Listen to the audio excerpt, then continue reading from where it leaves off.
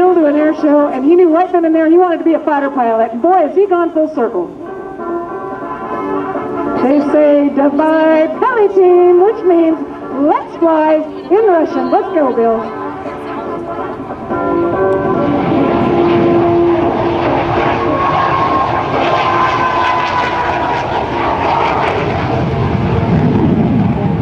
Did anybody see that movie Top Gun?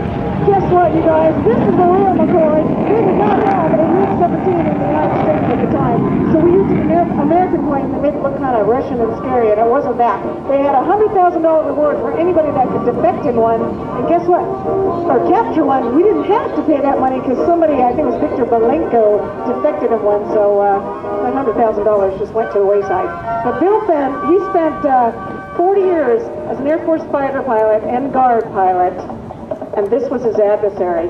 I'd love to have gone back 30 years ago and looked at him in the intelligence room and said, guess what? You know that aircraft you're trying to take out of the sky? One day you're going to own one, much less fly one at air shows. I think he would have looked at me like I had green blood.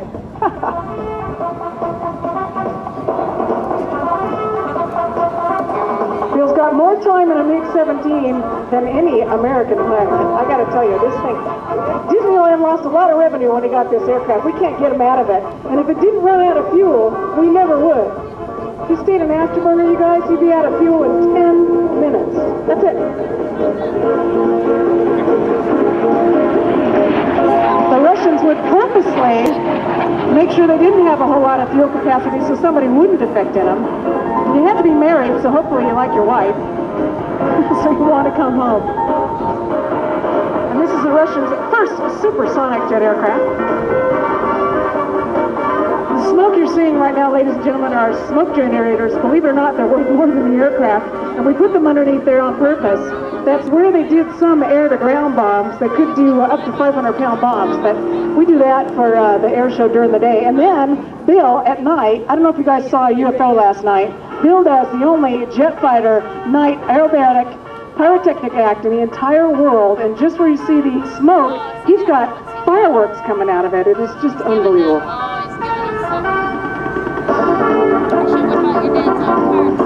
Roll it over. She looks graceful, but I got to tell you, she's a real fighting machine.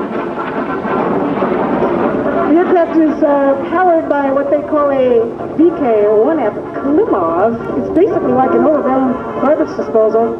It's like suck, bang, blow.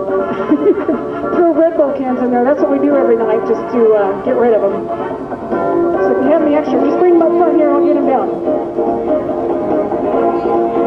They built over 10,000 of these little guys, and they're still using them as a frontline fighter today in North Korea and some other third world countries. They're just like a Timex launch, you guys, they don't break. Maybe he's going to show us the belly here.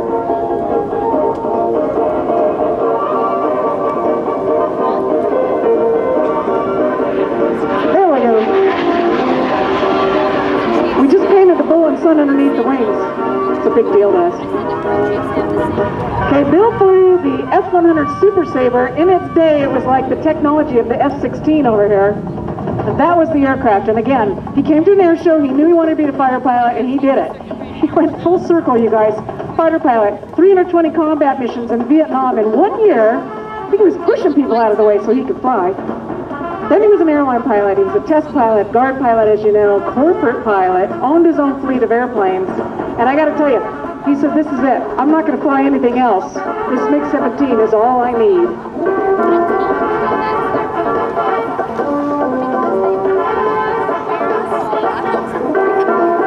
You know, they say Red Bull gives you wings, and I got to tell you, Bill, that's a good way of showing that to us.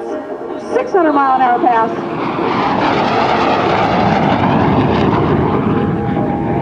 Bill's second MiG, the first one blew up on him on a test top, believe it or not. Right about there, he'd be up in the air. The darn thing blew up, 40 foot of flame coming out the back. He was able to land it, still flew, and he broke the world's record for a 52-year-old man in a 100-yard dash, believe it or not. It's in a museum in McMinnville, Oregon. It's unbelievable. These things are like a tank with a set of wings.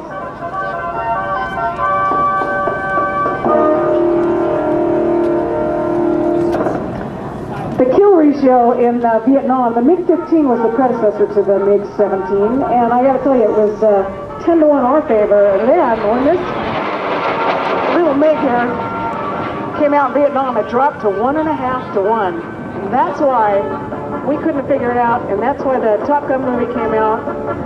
It was unbelievable. There's cannons on the nose, 3 cannons, 2 23 millimeters, 1 37 millimeter, and we built our fighters without cannons, without bubble canopies, and we learned our lesson. So they went ahead and redesigned like the F-16s, the F-18s, and the F-15 with the bubble and the cannons.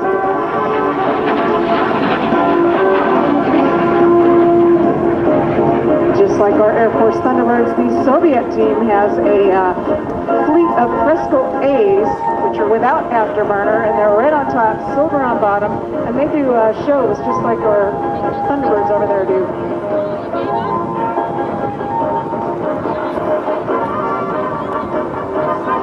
Bill learned to fly at the age of 13, believe it or not. You know, most kids are out with their bicycle or trying to get a Chevy. There's Bill trying to get out there and fly an airplane. The difference between flying the F-15 and the 16s out there, we get like 60 hours of flying for 1 hour maintenance, and I think they flipped that. What do you guys get? 1 hour flying for 60 hours of maintenance? You a little jealous?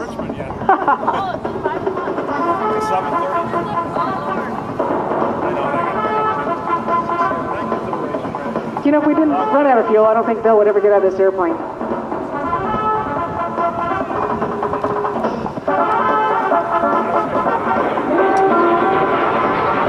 Has anybody seen how they spell MiG? Capital M, little I, big G. I always thought it was a misprint, but it really stands for Mikoyan and Gurevich, which are the designers for the MiG. And I don't think this is what these guys had in mind. I really don't think that's what they thought they would see. It's a MiG-17 in front of an American crowd.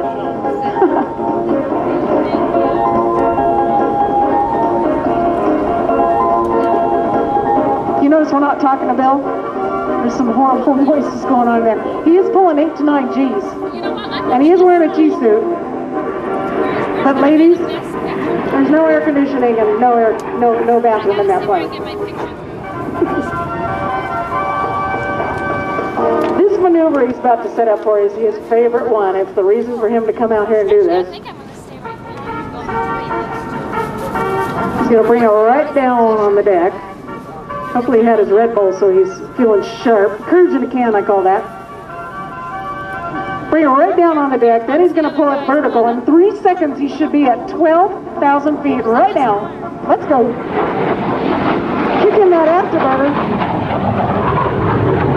At the top, he's going to let the airspeed bleed off, do a little roll, throw it back, and guess what? Speed breaks out, just like Fred Flintstone. 4-point hesitation roll right at the ground, screaming, "Yeehaw!" all the way.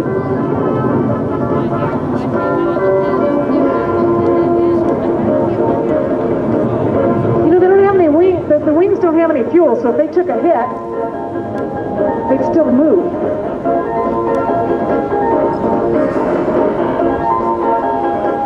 Beginning of the season, Bill pulled 9 Gs. He was all proud of himself. And the next morning, when he got up out of the hotel, he was crawling into that airplane.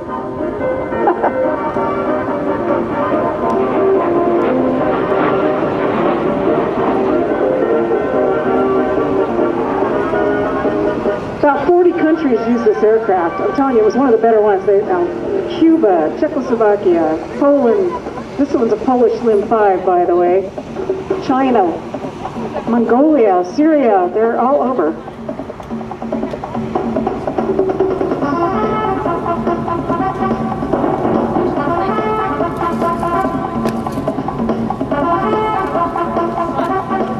Well, guess what, guys?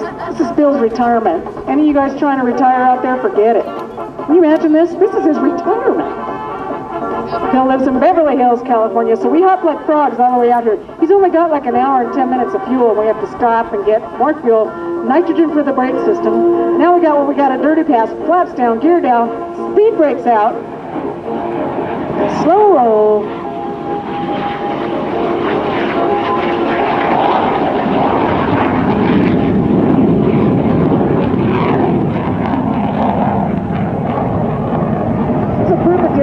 He can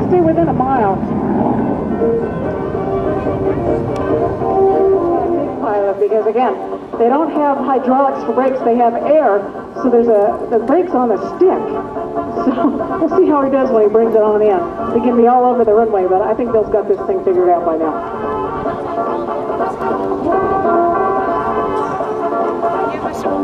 All right. On behalf of the entire Red Bull team and Mr. Bill Reesman in his Vietnam Air MiG-17F, I think he's done and it's Jughead's time again. You don't get much of a break here, do you? I'll do that. He wants me to sit in his lap. Okay, here we go. It's hard to sit up here and talk for 8 hours straight. Oh, you know what? You guys can get up close to the aircraft. There's a hole in the inlet of the engine. And they used to use chains and ropes and oxen, would you believe, for tow vehicles.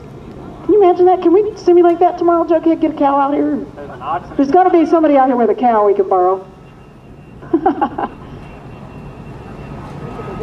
All right, I'm going to give you back the mic. You guys going to wear the fancy clothes.